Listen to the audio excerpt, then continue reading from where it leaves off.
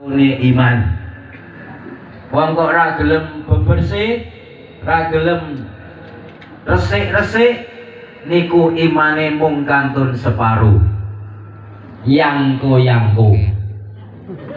Kamangka wong sing apik niku imane sing sempurna. Wong ra gelem resik-resik niku imane pinten? Separuh. Lah sakniki resik-resik niku enten kalane sing sunat, wudu ana kalane wudu sunat, ana kalane wudu wajib utawa fardu. Contoh wudu sing wajib ya arek salat, ajeng ngemek Al-Qur'an. Gitu, niku kedah suci. Sing sunat ya termasuk tajdidul wudu, nganyar-nganyari wudu niku hukume sunat, ajeng siram ya apike sunat. Terus malih enten kalane bebersih niku imma wajibun wa imma sunnatun. Ana kalane sing babagan badaniyun wa qalbiyun. Ana kalane bebersih niku sing bangsa awak, ana sing bangsa ati.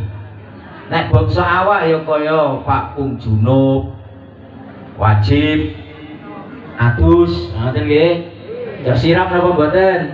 Siram. Lebar kumpul bojo siram napa mboten? Nggih. Hukume sunat napa wajib? Wajib. Mboten kenging kok ora siram bar kumpul bojo. Niki sing santri nom-nom ampun mirengke bab bojo-bojo. Burung tekan. Sing penting ngertos rumiyin mawon nek bar kumpul bojo wajib. Aduh sing diresiki awake napa-napane niku? Kabeh nggih. Awak niku termasuk separuhnya iman. Malih sing diresiki niku ati, ngresiki ati niku uga wajib. Ati sing kaya ngopo? Ati termasuk sing duweni sifat sing ala-ala. Kodene hasud, drengki, sombong, mujub, takabur, riya. Sing akeh nek wong ora lanang ora wadon niku akeh riya. Riya niku napa? Pamer. Duwe apik sithik wae pamer. Duwe rayayu sithik wae pamer. Duwe mobil anyar. Duwe ilmu sithik. Monggo pamer niku elek napa apik? Elek napa apik? Elek. Niku penyakit ati sing wajib, hukume wajib lho, wajib dikumbah. Hasud wajib dikumbah.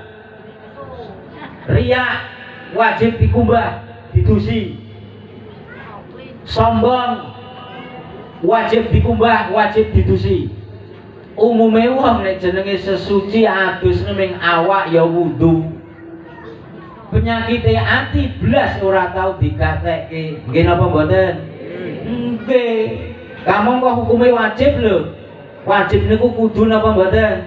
Nggih. Umpama kula kok duweni hasud, tanggane ngene-ngene duweni kesenengan meri, ngasine meri ditungake Allah muga-muga tanggaku sing wis kumbas lemah akeh kae. Lumayan kena longsor, ape napa elek ngoten niku? Elek iku jenenge wajib dilangi, hukume wajib. Sombong.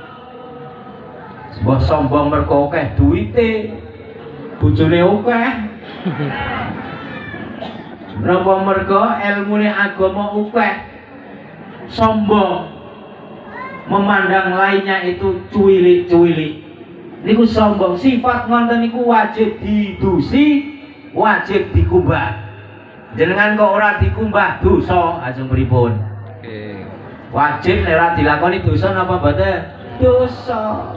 Sifat-sifat ati niku hukumnya wajib diilangi, wajib dikumbah. Kok bingung ngasih lemu, kokean dosa.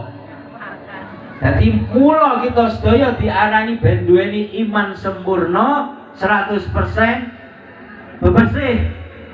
Ora ming wudu, ora ming pakung, ora ming siram, tapi ati ya didusi, ati ya disi. Cocok napa cocok? Cocok. Sanggup napa mboten? Sanggup. Tenang lho. Napa malih kok aliran An-Najah niku? Nyuwun